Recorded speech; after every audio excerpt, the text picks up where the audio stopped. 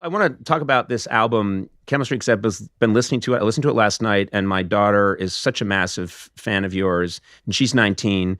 So I said, they gave me this sneak listen to Kelly Clarkson's new album. And so she got in the car with me, and we drove around, listened to the whole album, and both of us blown away, but my daughter just going on and on about your range and the way you put a song across. And I think this is your 10th. Is this your 10th album? It's my 10th. Someone told me that. Yeah. That's amazing. And someone told me that. I'm going to be honest with you. I had no idea. I'm told I'm delightful. I am delightful. Not by anyone here. I hire a guy.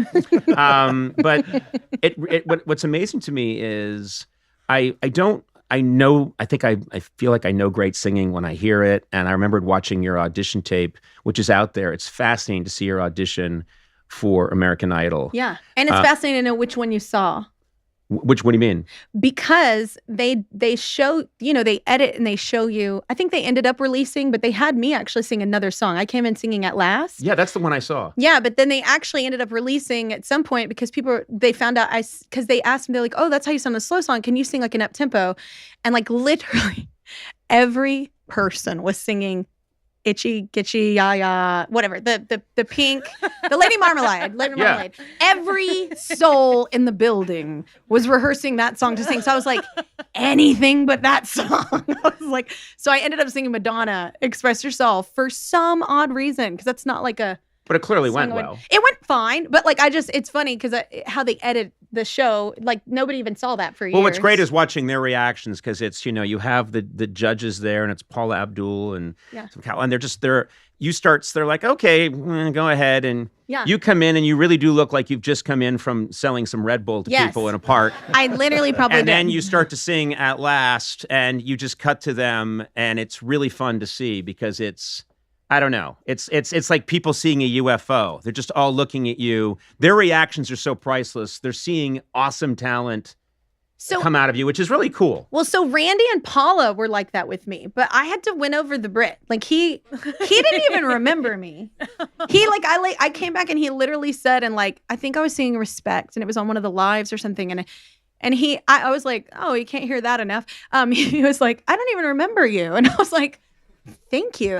That is so great. Well, it's funny. His job was kind of to be that way. And it's nice because I had also changed my hair color, though. So I think he just honestly did not recognize me or remember me at all. Was not impressed by my voice at first. And I think what do you mean? What are you talking about? I think I won him over. You have like this crazy operatic voice. What do you mean? I'm telling you. But I literally got off stage and I was like, well, you can't hear that enough. It was like, I don't remember you. I was like, okay. Yeah. I'd rather suck and be memorable than but not memorable. Yeah. Well, he wears sweaters with no T-shirt underneath, and that. No, he's like such a fan now. He's so nice. Oh, now he's come around. I had to win him over. Yeah, sure. No, now I won he's him come over around. on this show. I won him over on this show, but I think it took a minute. Yeah. This album that you've done, Chemistry, is about really personal stuff in your life. Yeah. Which is where a lot of great music comes from. Tragedy. Historically, but must be. I know that you wrote some of these songs maybe a year and a half ago. 2.5 to 3. I literally had to sit on it because my label loved the work, but I was like, I can't sit and do this. I'm not ready. Like, I'm saying, to talk about it. Like, so and now I just needed to wait until, we were through it and then I could do it. But so it's weird to listen to now. Do you feel like it's all because you went through this traumatic, separation, divorce? Is that and obviously I'm not a songwriter or know anything about it, but is that at all therapeutic to write about it? It's only therapeutic. That's the 100% the reason why I did it. Like, I wrote so many songs, and I think we all process things differently. And for me, like even when I was a kid, I had funny enough, I had a problem communicating, and really good at it now. But I had a problem with it, and my mom like shoved a journal in front of me and was like, "Why don't you write?" And so I started writing poetry, and I noticed that that's how I would process my feelings or what I was feeling, or I just didn't know sometimes because there's so many. It just feels chaotic sometimes up here. So so then it turned into music, and so a lot of that was just me doing it selfishly. But then you realize like. A lot of people, unfortunately, will relate to statistically, a shit ton of us relate to a divorce rate. So, and just loss in general, grief in general. So I picked the ones that I felt weren't so literal and okay, because we have children. So I picked the ones that were okay that I felt like, and then I put those out. But Now, there's but a the lot ones that that are super literal, those are for me. and they're probably just super specific. And so super duper specific. right. On Yeah. August It's 5th. a lot of anger. Okay. Yeah. Just a lot of anger. I think a couple of the angry songs made it, but they weren't the ones that were like, no, Code Red over. Yeah, go somewhere else. Yeah, well, it's fascinating to me because what I know is trying to make people laugh, and what's always been an amazing realization for me at the times when I've been really upset about something, maybe a show didn't go well or something didn't go my way, and I'll start talking about it and doing like a comedic riff about it, and then I'll notice that people around me are like laughing really hard. And you've been around this because you've been with me a long time, Sona. Yeah. That sometimes when I'm just venting about something that went wrong and I keep venting about it and people are laughing, I feel like, wait a minute, I just took this negative experience and I wasn't even trying to, but somehow it just turned into a way of everybody's laughing now, so some good came out of it. Absolutely. And I imagine it's somewhat similar to, very different, but somewhat some of the same idea. I think it's exact. And I think it's, I've said this before, but like, especially like divorce in general is hard. Separation, grief, loss, all of that is hard. I think the worst part though is when you feel alone. Like I don't even hang out with anybody that's really like my main group of friends, like aren't married, don't have children, aren't in the public eye, like none of the things that tick the boxes that I am. So, which is awesome. That's why we make a fun group. But at the same time, when you're going through something so horrendous and so publicly, there's no way to like describe that. Like I just saw your shirt. I'm sorry. That's amazing. I caught my eye. That's amazing. But I can there's get no you one. way. Thank you. It's a Conan shirt and they're very sexy. I love it. It's amazing. Very sexy. I'm so ADHD, like squirrel. Sorry. But I think when you're that isolated, and I think everybody COVID, right? People are so isolated. Like I think that's the worst, to not feel like you can connect with another being and like heal in that sense. And I think that's why we all do crave, like maybe it's not marriage or maybe it's not what every society tells you, but we do crave companionship and because you need to connect and you need to, it's almost a process of healing, I think, for me. Do you have an instrument that you use, a musical instrument, when you are trying to work something out? Do you use a guitar or use a piano? I'm a horrible guitarist. And I like literally I played one tour and then I found out like halfway through they were like not putting it in. I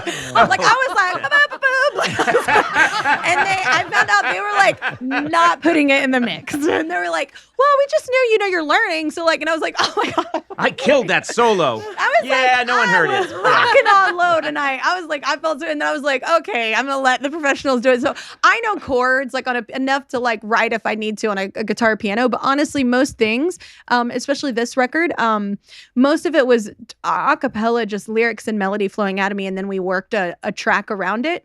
And sometimes I call like I literally sent out like a code red, like any artist friends that I knew that were producers or writers. I was like, please send me anything you have that's like, even if it's like a random guitar riff idea or just anything that, because I was needing to get all of this out. And I just needed different moods and different like perspectives musically. So I wrote like that too. But it's the lyrics and melody are me. I love that you worked with, and I did not see this coming, but one of my all-time idols is Steve Martin. I absolutely adore Steve Martin. I can't believe he said yes. And he had a huge impact on my comedy and my life. And then I find out that, I always knew he's an amazing banjo player. Yeah. And I hear about this collaboration that you did with Steve Martin, which you would have never. What? Like, that doesn't even make sense. But it sounds great. Yeah. And the song is? So the song is I Hate Love. And in the song, so I wrote. I sure. How are you feeling these days? It was a really sunny day. No, and why I hate love is not that I hate love. It's that you hate what love can do. Mm-hmm. You know, and especially so in the second verse, you know, you watch The Notebook, right? And you're like, oh, that's so beautiful. James Garner crying. Like all the things you're like, this is achievable.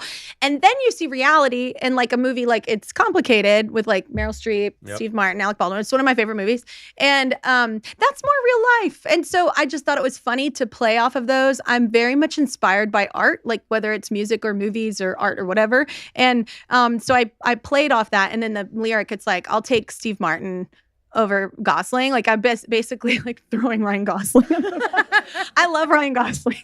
But I was making I dated a joke. him for a while. Okay. And it's Was it good for you? Or? no, Okay. it's really, Okay. yeah. I know it's not The Notebook, is it? Underwhelming lover.